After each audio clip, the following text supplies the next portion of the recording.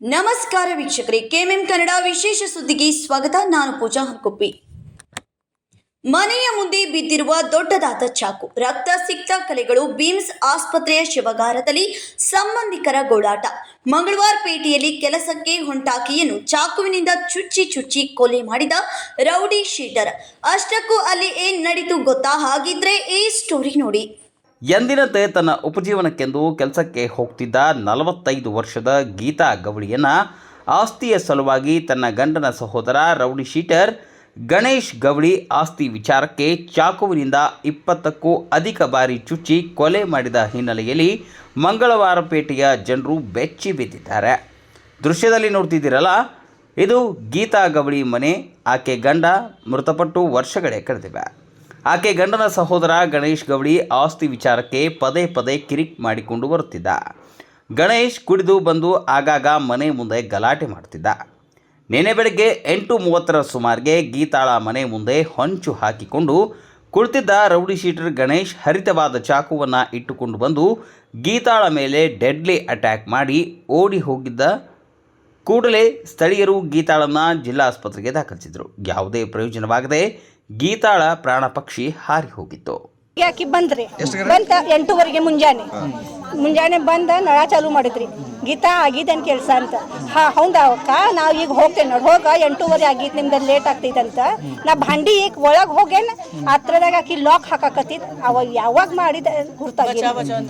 ಆಮೇಲೆ ಇಕ್ಕಿ ಹೆಸರು ನಮ್ದು ಹೆಸರು ಮೇಲೆ ಇದು ಮಾಡಿ ನಮ್ಗೆ ಆಗಿತ್ತ, ಅವ್ರ ಮೇಲೆ ಜಗಳ ಆಗಿತ್ತಂತ ಹಿಂಗಾಗಿದ್ರಿ.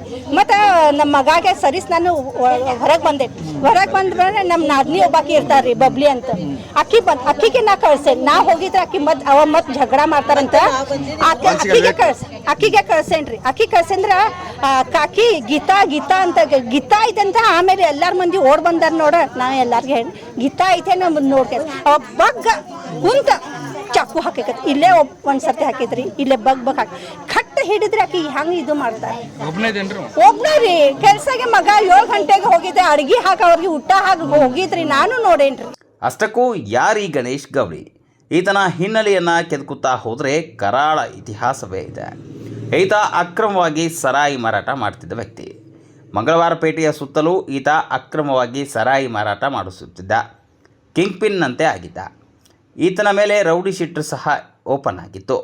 ಪೊಲೀಸ್ ಭಯ ಇಲ್ಲದೆ ರಾಜಾರೋಷವಾಗಿ ಅಕ್ರಮ ಸರಾಯಿ ಮಾಡಿಕೊಂಡು ಪೊಲೀಸರಿಗೂ ಹಪ್ತಾ ಕೊಟ್ಕೊಂಡು ಸಲೀಸಾಗಿ ತನ್ನ ಅಕ್ರಮ ಸರಾಯಿ ಮಾರಾಟವನ್ನು ಮಾಡಿಕೊಂಡು ಇಲ್ಲಿನ ಯುವಕರನ್ನು ಹಾಳು ಮಾಡಿದ್ದಾನೆ ಎನ್ನುವ ಆರೋಪ ಮಂಗಳವಾರ ಪೇಟೆಗೆ ರಹವಾಸಿಗಳು ದೂರಿದ್ದಾರೆ.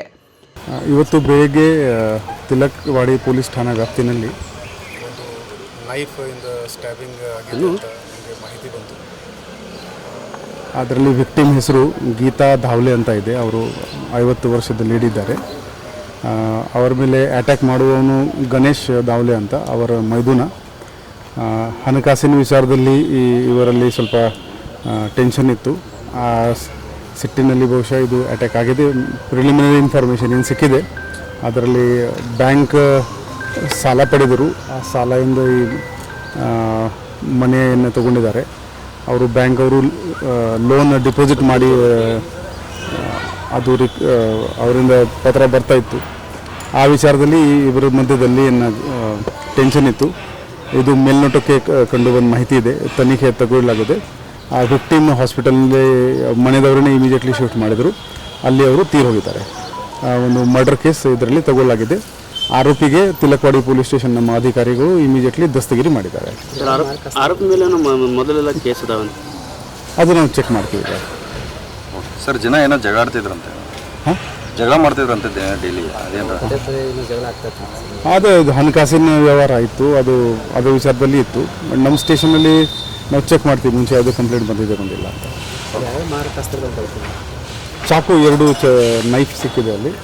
ಅದು ಬಾಕಿ ಎವಿಡೆನ್ಸ್ ಐಟಮ್ ನಮ್ಮ ಸೀನ್ ಆಫ್ ಕ್ರೈಮ್ ಆಫೀಸರ್ದು ತಂಡ ಇದೆ. ಅದು ಎಲ್ಲ ಎವಿಡೆನ್ಸ್ ಕಲೆಕ್ಟ್ ಮಾಡ್ತಾಯಿದ್ದಾರೆ. ಸೈಂಟಿಫಿಕ್ ಆಗಿ ತನಿಖೆ ಮಾಡ್ತೀವಿ ಮತ್ತು ಹೇಗೆ ಕನ್ವಿಕ್ಷನ್ ಸಿಗ್ಬೋದು ಅದು ನೋಡ್ಕೋತೀವಿ. ಅದು ನಾನು ಡೀಟೇಲ್ ತಗೋಬೇಕಾಗುತ್ತೆ. 7 ಲಕ್ಷ ರೂಪಾಯಿ ಹಣ ಕೊಡುವಂತೆ ಪೀಡಿಸುತ್ತಿದ್ದ ಗಣೇಶ್ ಮನೆ ಸೀಸ್ ಮಾಡಲು ಬರುತ್ತಿದ್ದಂತೆ ಆದ್ದರಿಂದ ಹಿಬ್ಬದಿಯಿಂದ ಬಂದು ಗೀತಾಳಿಗೆ ಚಾಕುವನ್ನು ಹಾಕಿದ್ದಾನೆ. ಒಟ್ಟಿನಲ್ಲಿ ಸಹೋದರನಿಗೆ ಸರಾಯಿ ಚಟ ಹಚ್ಚಿ ಚಟ್ಟ ಕಟ್ಟಿಸಿದ್ದ ಗಣೇಶ್ ಗೌಡಿ ಗೀತಾಳ ಆಸ್ತಿ ಮೇಲೆ ಕಣ್ಣು ಹಾಕಿ ಚಾಕುವಿನಿಂದ ಕೊಲೆ ಮಾಡಿ ಅಣ್ಣನ ಸಂಸಾರವನ್ನೇ ಹಾಳು ಮಾಡಿ ಈಗ ಹಿಂಡಲ್ಗ ಜೈಲು ಪಾಲಾಗಿದ್ದರೆ ಗೀತಾಳನ್ನು ಕಳೆದುಕೊಂಡ ಕುಟುಂಬ ದಿಕ್ಕು ತೋಚದೆ ಕುಳಿತು ದುಃಖದ ಮಡುವಿನಲ್ಲಿದ್ದಾರೆ.